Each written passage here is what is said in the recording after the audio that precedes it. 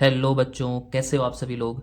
जैसा कि आप सभी को पता है कि एनसीईआरटी ने क्लास नाइन्थ का न्यू सिलेबस जारी कर दिया है। और उस न्यू सिलेबस के अकॉर्डिंग क्लास नाइन्थ का जो मैथ्स का चैप्टर नंबर 1 है, जिसका नाम है orienting yourself the use of coordinates. अब जो नई बुक बनी है, ये नई बुक जो है एक्सपेरिमेंटल बुक है। यानी इस पर जितने भी आपके क्वेश्चंस हैं, वो क्वेश्चंस को आप केवल और केवल अंडरस्टैंडिंग बेस पर सॉल्व कर सकते हो। ये नहीं कि आपने कोई फैक्ट रट लिया और उसके बाद जो है एक फॉर्मूला लगा के आपका पूरा का पूरा चैप्टर सॉल्व हो गया। यहाँ पर ऐसा नहीं है। न्यू एनसीईआरटी पैटर्न में आपके थ्योरेटिकल बेस्ड क्वेश्चन काफ़ी हैं, जहाँ पर आपको रियल लाइफ से जोड़ा जाता है।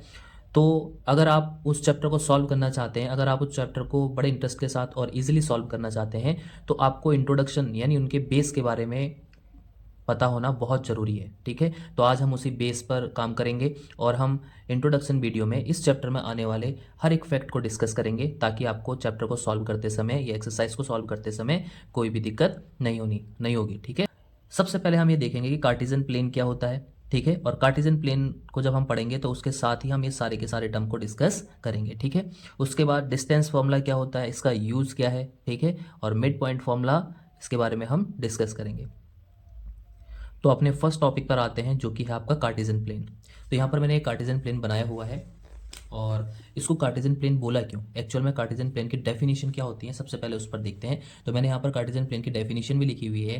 क्या है, when a horizontal line and a vertical line intersect each other at 90 degree then they form a Cartesian plane. इसका मीनिंग क्या है, क्या कहना चाह रहा है डेफिनेशन, पहले उसको समझते हैं अच्छे से। जब कोई हॉरिजॉन्टल लाइन का मतलब क्या होता है, ऐसी लाइन जो आपका ईस्ट से वेस्ट डायरेक्शन में या वेस्ट से ईस्ट डायरेक्शन में होती है, उसको क्या कहा जाता है, आपका हॉरिजॉन्टल लाइन। ठीक है, अगर लोकल लैंग्वेज में बोलें तो इसको पड़ी हुई रेखा जो है, ठीक है, इसको हॉरिजॉन्टल लाइन कहेंगे।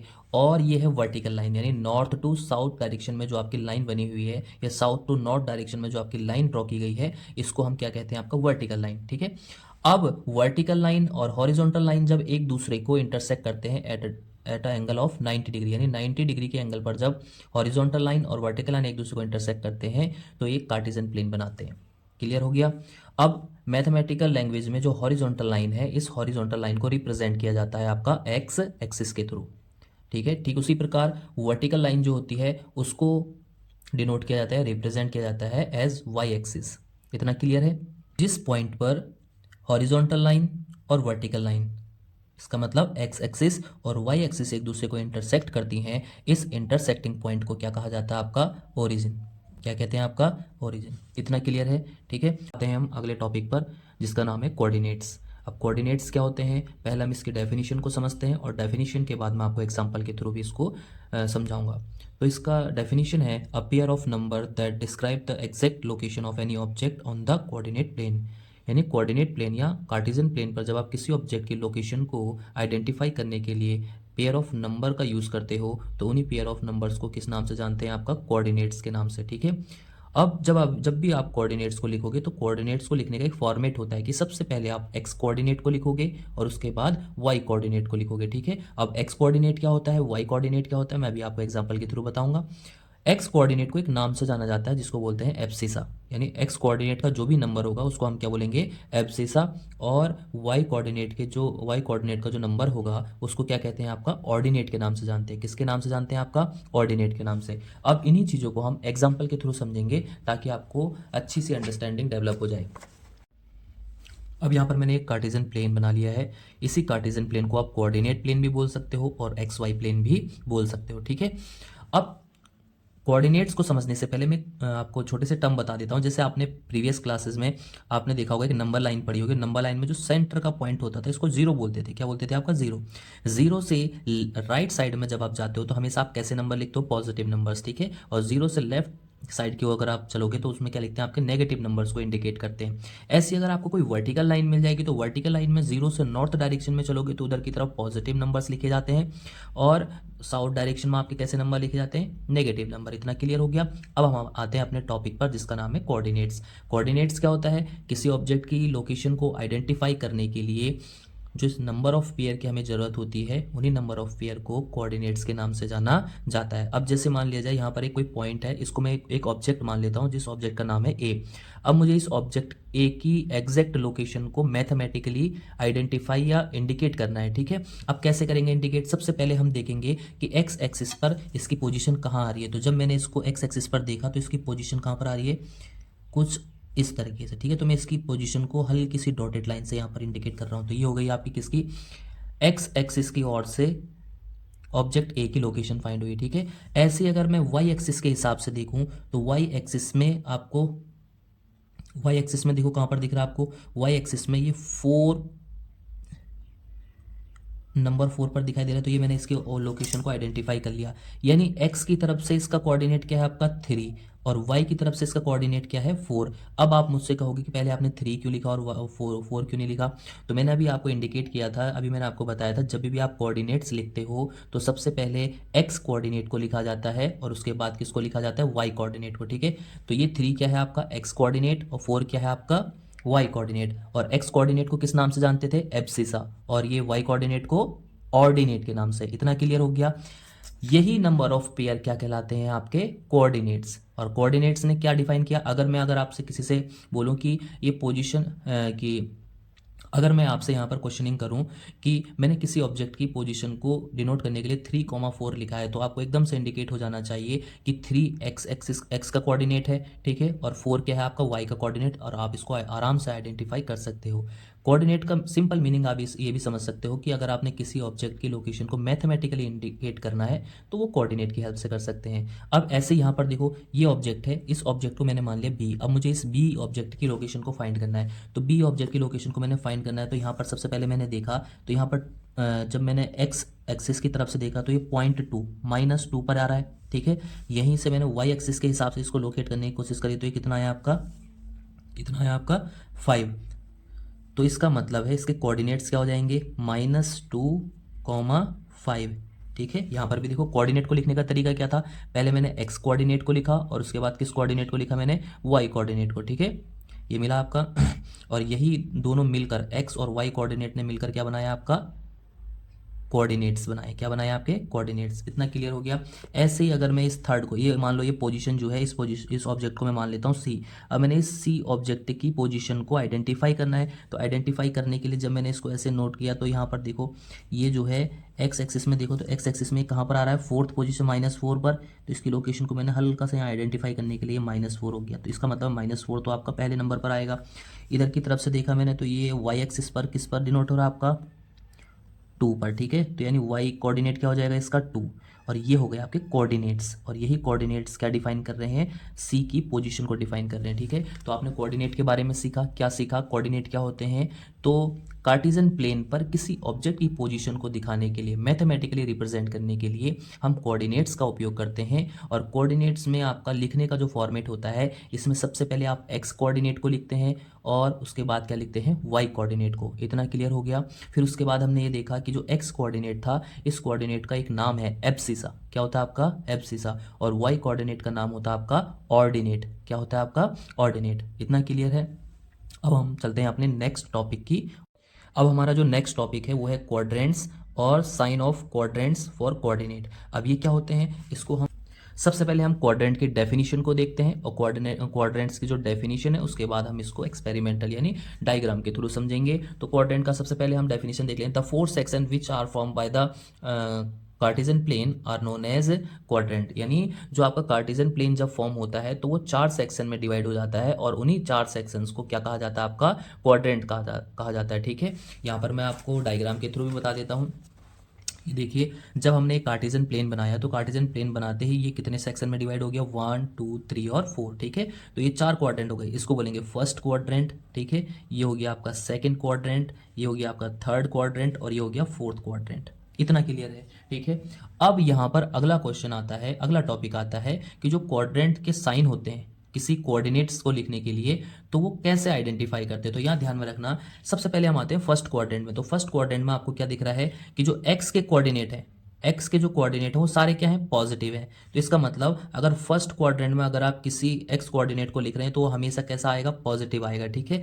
ऐसे ही एक्स कोऑर्डिनेट के बाद क्या लिखते हैं, वाई कोऑर्डिनेट। अब यहाँ देखो वाई कोऑर्डिनेट में आप देखो सारे नंबर कैसे हैं, पॉजिटिव। तो इसका मतलब है कि जो फर्स्ट क्वाड्रेंट है उसमें आपके जो कोऑर्डिनेट्स के साइन होंगे वो क्या होंगे, पॉजिटिव और पॉजिटिव। इतना क्लियर है। ऐसे ही जब हम सेकंड क्वाड्रेंट में आते हैं तो सेकंड क्वाड्रेंट में जो कोऑर्डिनेट्स होते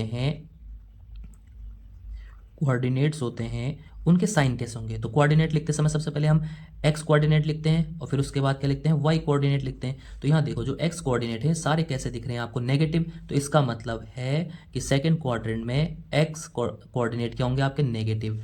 और जो वाई कोऑर्डिनेट हैं सारे कैसे हैं आपके, पॉजिटिव। तो इसका मतलब वाई क्या हो जाएगा आपका, पॉजिटिव। यानी सेकंड क्वाड्रेंट में साइन क्या हो गया आपके, माइनस और प्लस, माइनस और प्लस। ऐसे ही अगर हम थर्ड क्वाड्रेंट में आते हैं तो थर्ड क्वाड्रेंट में हमने कोऑर्डिनेट लिखने, तो कोऑर्डिनेट में सबसे पहले एक्स का कोऑर्डिनेट लिखते हैं और फिर किसका कोऑर्डिनेट लिखेंगे, वाई का। तो अब देख लेते हैं एक्स के कोऑर्डिनेट कैसे हैं, इसमें सारे के सारे कैसे हैं, नेगेटिव। तो जाहिर सी बात है इसमें एक्स के कोऑर्डिनेट हमेशा कैसे मिलेंगे आपको, नेगेटिव। और वाई के कोऑर्डिनेट भी कैसे हैं, सारे के सारे नेगेटिव। तो इसका मतलब क्या होगा कि वाई के कोऑर्डिनेट भी सारे कैसे मिलेंगे आपको, नेगेटिव। तो यानी थर्ड क्वाड्रेंट का साइन क्या हो गया, माइनस कॉमा माइनस, यानी एक्स का कोऑर्डिनेट भी माइनस और वाई का कोऑर्डिनेट भी क्या हो जाएगा, माइनस। फोर्थ क्वाड्रेंट पे आते हैं तो फोर्थ क्वाड्रेंट में भी वही प्रोसेस चलेगा। कोऑर्डिनेट लिखने के लिए पहले हम एक्स कोऑर्डिनेट लिखते हैं फिर क्या लिखते हैं, वाई। तो एक्स कोऑर्डिनेट तो इसमें सारे कैसे हैं आपके, प्लस। तो ये आ जाएगा आपका पॉजिटिव। इतना क्लियर है।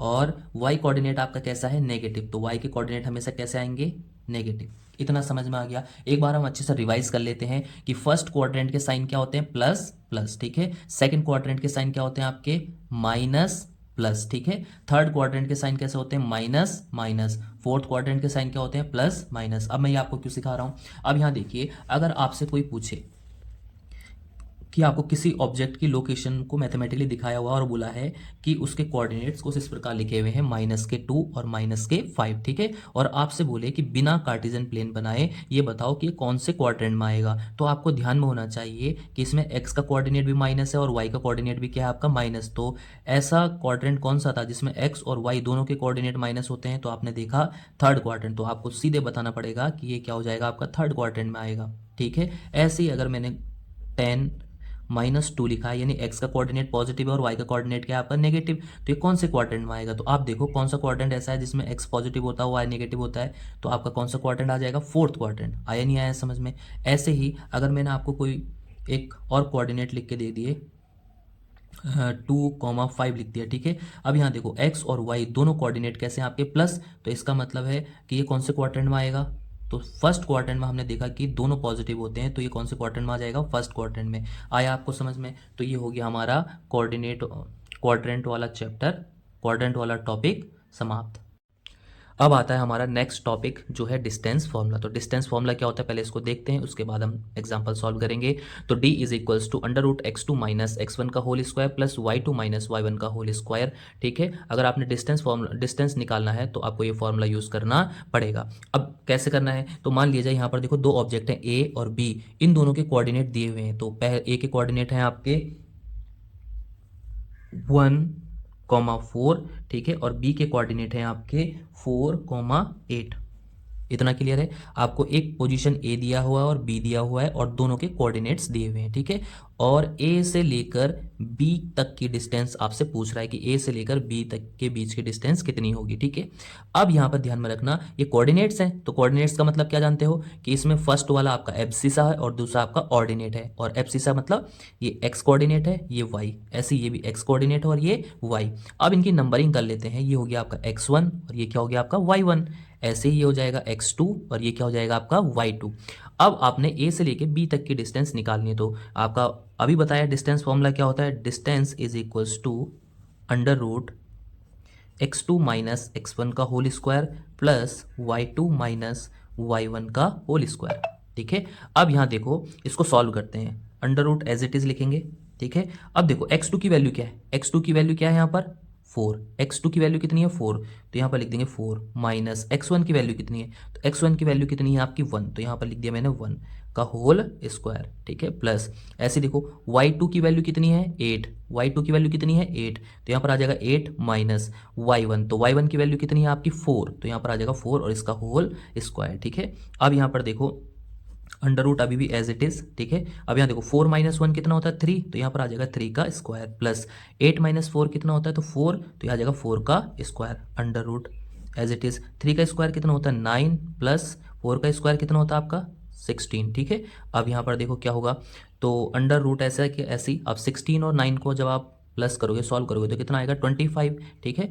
अब 25 किसका स्क्वायर रूट किसका स्क्वायर होता है, या अंडर रूट 25 की वैल्यू कितनी होती है, तो अंडर रूट 25 की वैल्यू होती है आपकी 5, तो यानी आपका जो डिस्टेंस है वो कितना आ चुका है 5 यूनिट। आया समझ में। तो इस प्रकार से हमारा डिस्टेंस फॉर्मूले का यूज़ करके हम दो ऑब्जेक्ट के बीच के डिस्टेंस को फाइंड कर सकते हैं। अब हमारा अगला टॉपिक आता है, और अगला टॉपिक है आपका मिड पॉइंट फॉर्मूला। क्या है आपका मिड पॉइंट फॉर्मूला। अब मिड पॉइंट फॉर्मूला क्या होता है, ध्यान में रखना, मिड पॉइंट फॉर्मूला है x1 plus x2 upon 2 comma y1 plus y2 upon 2, ये आपका मिड पॉइंट का फॉर्मूला है। अब मिड पॉइंट होता क्या है और कैसे निकलेगा, तो यहाँ ध्यान में रखो, मान लिया जाए दो ऑब्जेक्ट हैं जिनकी लोकेशन हमें, जिनके कोऑर्डिनेट्स दिए हुए हैं, ठीक है, मैथमेटिकल एड्रेस दिया हुआ है उसका। तो ए के कोऑर्डिनेट्स हैं आपके 4,5, ठीक है, और बी के कोऑर्डिनेट हैं आपके 6,7, ठीक है, मिल गए आपको। अब यहाँ देखिए आपसे क्या पूछ रहा है कि ए और बी के बीच में कोई ना कोई मिड पॉइंट तो होगा, यानी ए और बी के बीच में कोई ना कोई पॉइंट तो होगा। मान लीजिए आपको ये पॉइंट मानते हैं सी, तो आपसे पूछ रहा है कि इस सी के क्या कोऑर्डिनेट होंगे, यानी इसकी लोकेशन को आपने कोऑर्डिनेट्स के फॉर्म में बताना है। तो अब कैसे सॉल्व होगा ये, तो हमने अभी मिड पॉइंट फॉर्मूला पढ़ा हुआ है x1 प्लस x2 अपॉन 2 और y1 प्लस y2 अपॉन 2। अब ये x1 x2 y1 y2 क्या है, तो अभी हमने पीछे सीखा था, यहाँ पर एक को आप x1 और एक को आप y1, इधर एक को x2 और दूसरे को क्या मान लेंगे आपका y2। अब मिड पॉइंट का फॉर्मूला लगाते हैं, तो मिड पॉइंट का फॉर्मूला अभी आपने सीखा क्या होता है मिड पॉइंट का फॉर्मूला। मिड पॉइंट का फॉर्मूला क्या होता है आपका x1 plus x2 upon 2 comma y1 plus y2 upon 2। अब इन्हीं वैल्यूज़ को हम रख लेते हैं, x1 की जगह पर आ जाएगा आपका 4 और x2 की जगह पर आ जाएगा आपका 6 अपॉन 2 कॉमा y1 की जगह पर आ जाएगा आपका 5 और y2 की जगह पर आ जाएगा 7 अपॉन 2, ठीक है, इतना क्लियर है। अब यहाँ देखो 6 प्लस 4 कितना होता है आपका 10 अपॉन 2, 5 प्लस 7 कितना होता है आपका 12 अपॉन 2। अब इनको कैंसिल आउट कर दो अगर हो रहे हैं तो 2 5 जा 10 और 2 6 जा 12, यानी जो आपके मिड पॉइंट के कोऑर्डिनेट्स होंगे वो क्या होंगे 5,6। इतना क्लियर है आपको। तो यही चीज़ें आपने अब पूरे चैप्टर में देखनी है और इसी से रिलेटेड आपको सारे क्वेश्चंस मिलेंगे। अगर आपको ये वीडियो अच्छी लगी हो तो please do like share and subscribe.